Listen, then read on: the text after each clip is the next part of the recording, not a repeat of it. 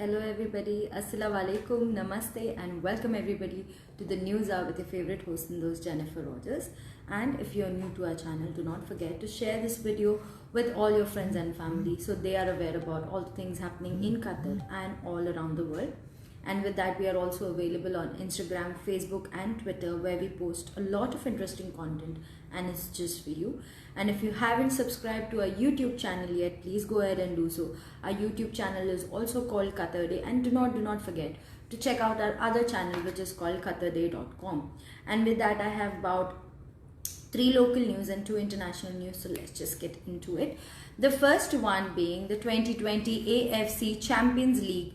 Qatar now steps up as a premier footballing destination in Asia.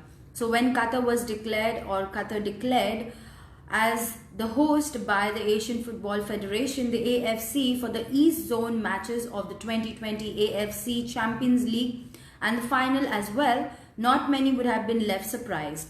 Qatar's planning and execution while hosting the West Asian matches for the Elite Continental Club competition for the 14th of September to the 3rd of October meant there was a certain inevitability about the East Zone matches being held in Doha too.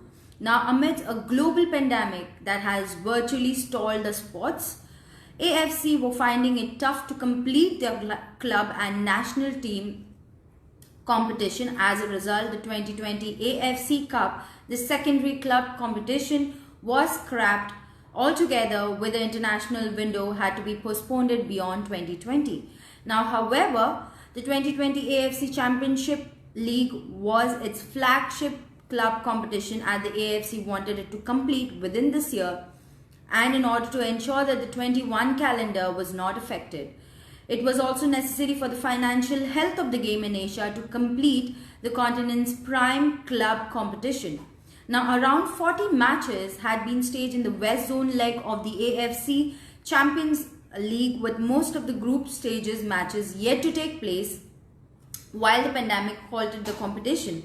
Now, the AFC has challenge in their hand right now, and it was Qatar who rose to meet it. In line with the top European competitions, including the UEFA Champions League has done, Qatar's establishing standard operation procedures and protocols to implement a biosecure bubble for the players and officials alike. The measures were strict and included mandatory COVID-19 testing, safe transportation, regular sanitization of all the venues, training and media facilities, as well as the presence of medical staff throughout the competition. Now, moments outside the bubble were restricted for players and staffs, and social distancing procedures like wearing masks, using sanitizers, and the limiting of capacity transportation as well as were enforced. Now, with this, let me get to the second update of the day, which is the Qatar International Hunting and Falcons Expo opens today. So, the 4th Shal Qatar International Hunting Falcon Exhibition opens today at Qatar and Qatar. Why am I fumbling? Anyways, Qatar, and will last till Saturday 24th of October. Now, the timings are Saturday to Thursday 9 a.m. to 1 p.m. and Friday 3 p.m. 10 to 10 p.m. Okay. Now, no tickets are needed to purchase, and the general entry is free. According to the Qatar Twitter post, what they posted recently. Now, established in 2017, it is a global recognized platform for Qatar, the best known for hunting and falcon, under the guidance and the leadership of the higher organization of the committee, is strongly dedicated to preserving and promoting the art of hunting and falconry. Now, the aim is to preserve and create awareness about Qatar's rich cultural legacy by organizing world-class exhibitions, larger-than-life events and activities. Now, awareness programs and supporting educational and environmental initiative are both national and global level. Furthermore, the vision is to promote the hobby of hunting as well as spreading awareness of Qatar's rich Arab heritage, which the nation is keen on transforming in a global message through attracting participants from different countries from around the world. Now, in this exhibition, the need of Qatari falconers and hunters are met so they can enjoy their hobby at the highest level of luxury. Now, the Culture Village is the best tourist and culture destination in Qatar. It includes stores for selling falcons, hunting equipments, hunting guns, hunting vehicles of outfitting. I'm sorry for the disturbance. Anyways, I'm back. And outfitting supplies of outdoor sports. Plus, it also features all advanced technology tools needed to serve the hobby of hunting and showcase the hunting related ancient artifacts of the different countries. Now with this, let me get to the third update of the day, which is Kuwait Prime Minister says that we will continue efforts to end the Gulf crisis and support the GCC. The Prime Minister of Kuwait on Tuesday said that Kuwait will continue its efforts to end the Gulf crisis and support the Gulf Cooperation Council, the GCC. Kuwait is committed to its foreign policy principles, which were laid down by the late Amir, His Highness Sheikh Shabab Al-Ahmad Al-Jaber Al-Sabah. The Kuwait news agency quoted that Sheikh as saying as a speech before the Kuwaiti National Assembly. He added that we will continue good endeavors to end the dispute that aroused between the brothers in the Gulf, which weakened into our unity and damaged our gains. We will continue to work to support the GCC and constructive interaction with its mechanism as its firework that fulfills our interest and meets the aspiration of our people. He affirmed that Kuwait's commitment to stand by the Palestinian people, support their choices and support all efforts aimed at reaching a just and comprehensive solution to the Palestinian issue. Earlier in the day, His Highness the Amir State of Qatar of Kuwait, sorry, I'm mixing up things.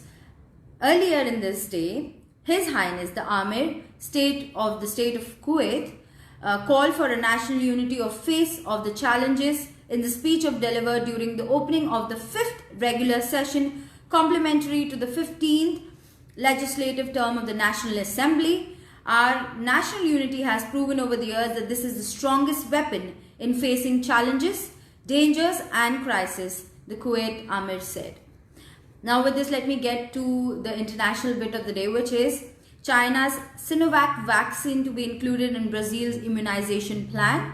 So Brazil plans to use a Chinese-made coronavirus vaccine as part of their national immunization program, officials have announced.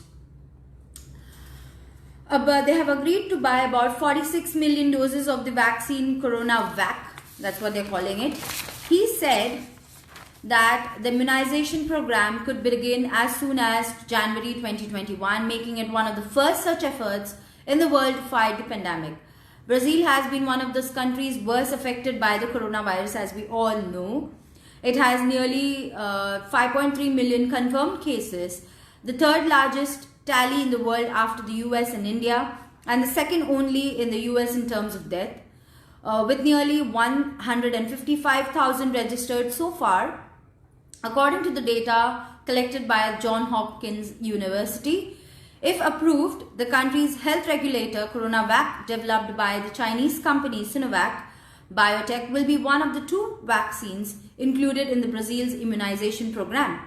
If approved by the country's health regulator, the country also plans to administer a vaccine being created by England's Oxford University and the drug giant AstraZeneca. Mr. Dorel, the previously Sinovac experimental vaccine, announcing plans to use it to insulate the residents of Sao Paulo. The Chinese vaccine is being tested by the Sao Paulo State's Research Center Institute, and the institute announced on Monday that the 2-dose vaccine appeared to be safe and in a later stage on a clinical trial. However, it warned that the result was only primarily and testing was still going on. So this was just the primary set of it. The later stage is still going on.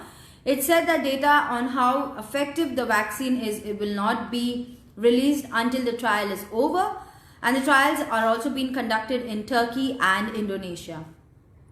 Now with this, something that is very interesting to a lot of people right now, and I know that a lot of people in India are sad because this particular app is banned.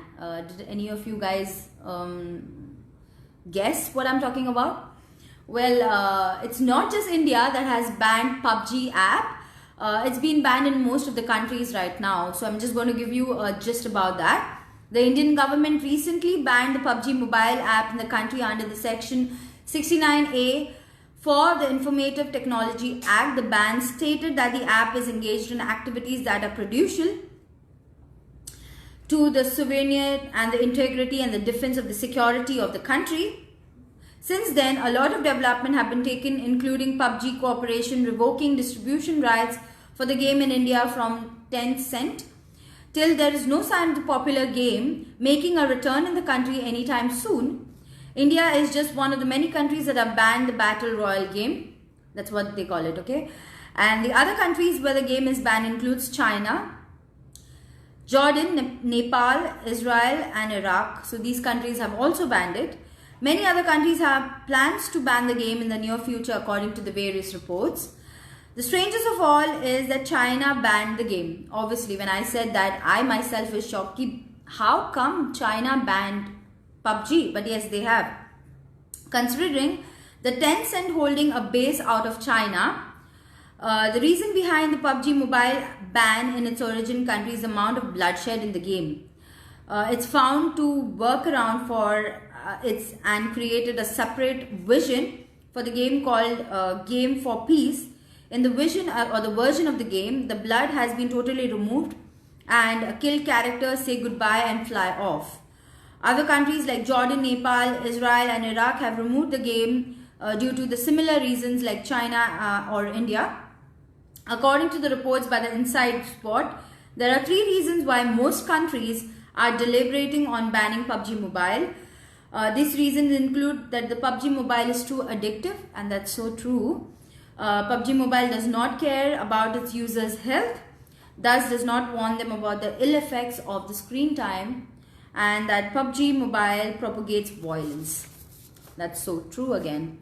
Anyways, I see that Mr. Abdul Rauf and Mr. Rana have been asking me about the re-entry permit, and I just want to tell you guys that I don't have the idea about it yet. I don't have any information about it, and I don't want to give you any false information. So once I do have that information, you guys will be the first one I will let you guys know, okay? You guys will be the first to know about it. Right now, sadly and unfortunately, I do not have any information about this, but as soon as I get it, I will come back to you guys, okay? Until then, I'm done with all the updates for today, and I just want to thank you all for logging on to Qatar Day, having so much patience with me and appreciating me always and always supporting me. Please keep loving, keep supporting and keep watching me and Qatar Day. And I'll see you guys tomorrow. And remember to look after yourself, eat healthy, stay healthy and stay safe. And I'll see you guys tomorrow. Khuda Hafiz. Bye-bye.